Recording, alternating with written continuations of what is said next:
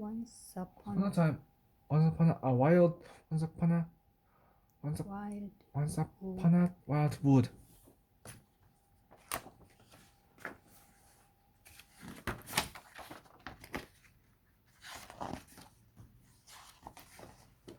Little green rain cape set off through the woods. She thought well prepared. She had a strong, straight stick, comfortable, comfy boots, and a backpack containing a good book, breadcrumbs, a pair of clean socks, and an invitation to a party. She was wearing her green rain cape.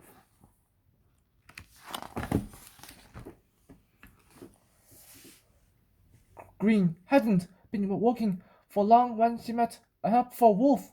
Can I help you? Yes. He asked. No thanks. No, thank you, said Green.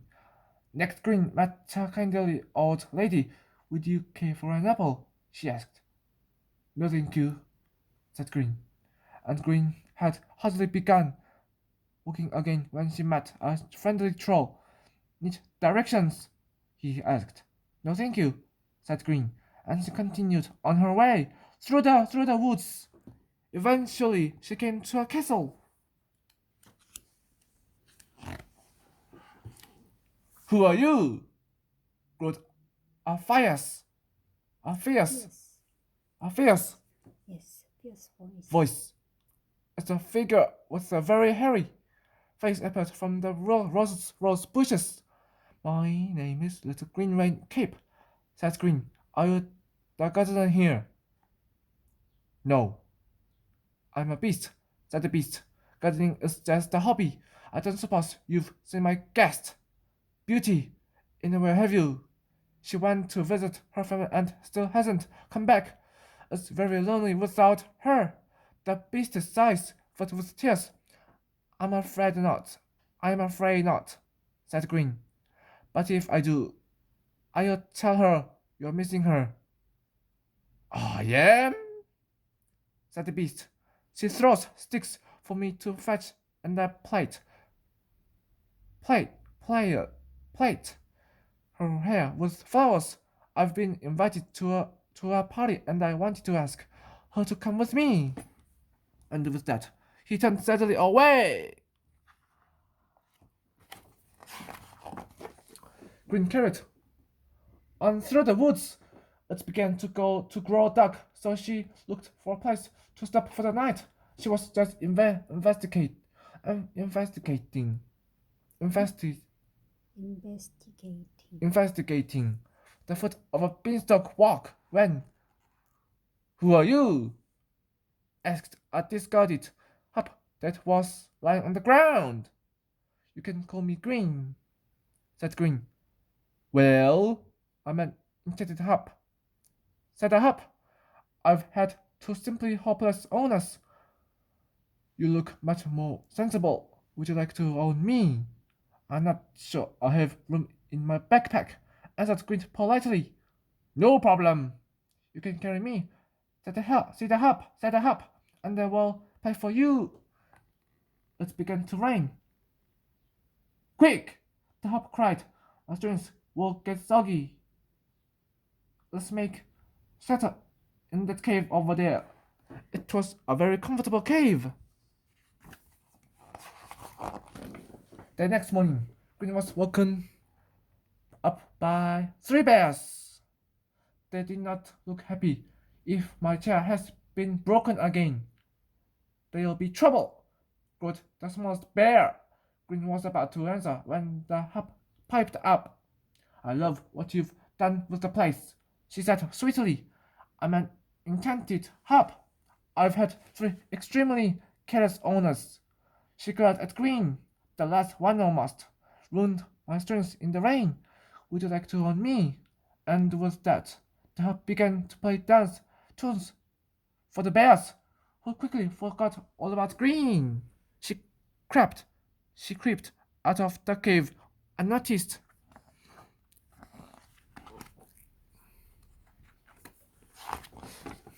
Green continued her journey through the wild wood. Clump, clump, clump went her boots on the path. What a pretty cape, said a little girl in a red cloak with a hood, stepping out suddenly from behind a tree. But mine's prettier. And what comfy boots, but mine are more comfortable. My grandma gave them to me. My grandma gave them to me. I was just telling a nice wolf all about her. Are you sure that was wise? Asked Green. I can see why not, said the little girl, skipping off. Green shook her head, sat down on a tree stump, and took off her boots and socks. At Arching feet. arching feet, asked a voice from a tree branch overhead. I've got an ointment for that. Just ask the 12 dancing princesses. All what's in is tough on their dainty feet. Green looked up in time to see a songbird swoop down from a nest with a tiny girl on its back. And Thumbelina, the girl said, giving Green a small jar. Thank you. That's so kind, said Green. She opened the jar and rubbed some of the ointment on her feet. It felt wonderful. Just then a cart drew up and the prince stepped out.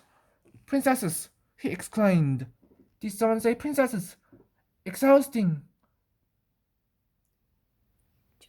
Either falling asleep for 100 years, losing their shoes, or going out every night dancing. I was on my way to one of their parties, but I'm sure I'm coming down with something. Oh, Prince Tarquin.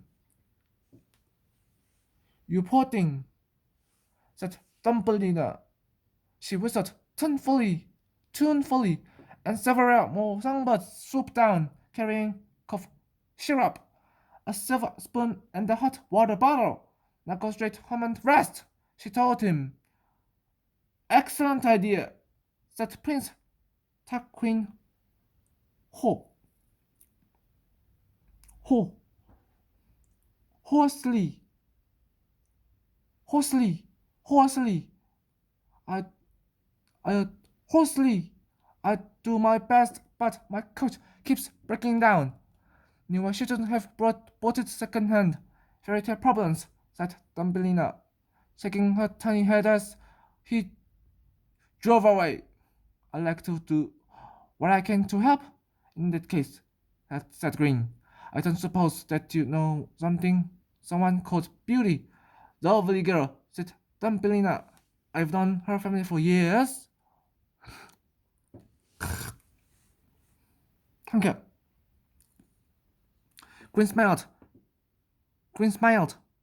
Green smiled, reached into her backpack and took out the breadcrumbs and her party invitation. For your birds, she said. I wonder if they might do me a favor and deliver something for me. As the birds flew away, Green said goodbye to Thumbelina and set off again.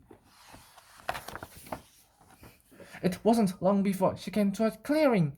In the middle of the clearing was a gingerbread house, and next to the house stood 3 little pigs with clipboards. Interesting building materials, said one, tipping the walls. Excellent construction, said another. The third snapped a piece of a windowsill and ate it. Delicious, he said with his mouth full, but not exactly with wolf proof. Should you be doing that? Asked Green. Probably not, said the third pig.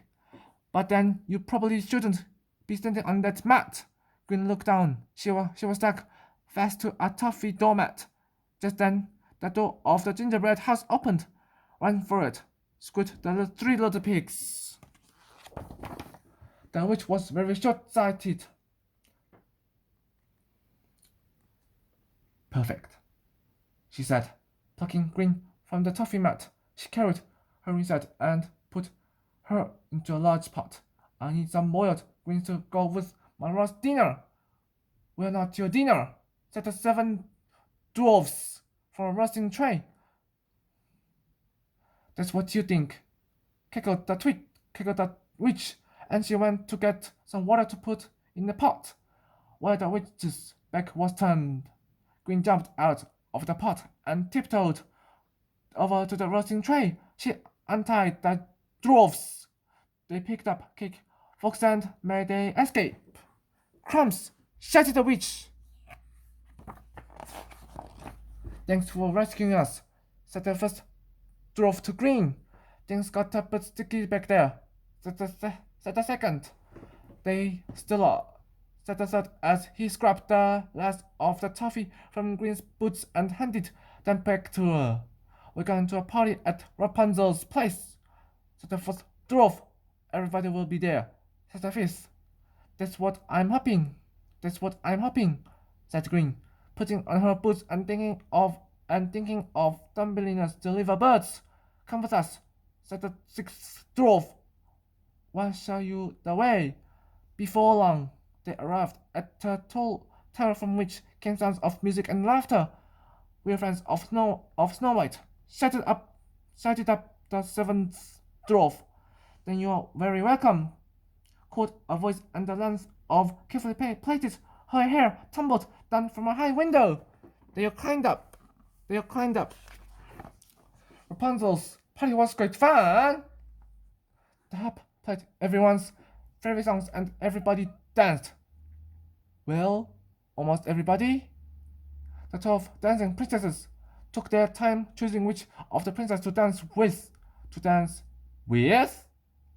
While the beast didn't seem to want to dance with anyone at all. Until, that is, the last guest arrived.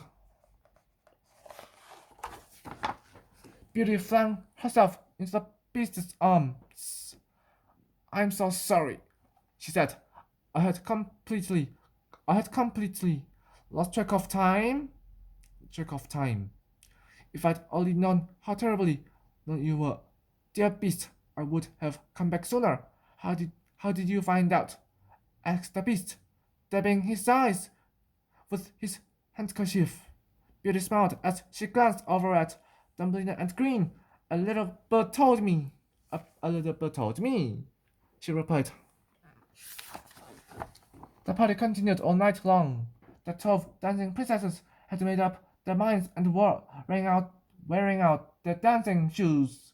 Rapunzel used her hair as a skipping rope, and everyone took turns to ship in time to the harp's music.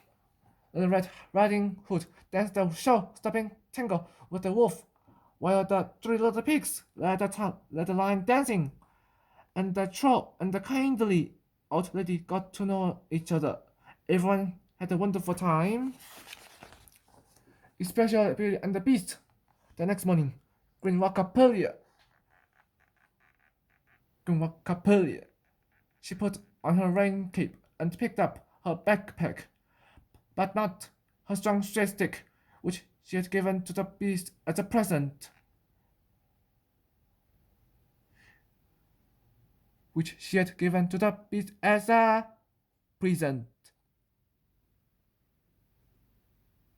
Then, as the sun began to rise, she slipped away.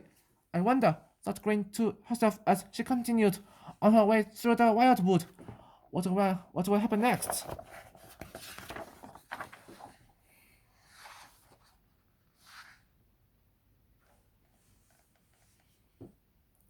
For the way through the woods is dark and deep, with many lessons to gog, and the path you take is the story you make. Each step at the end of the page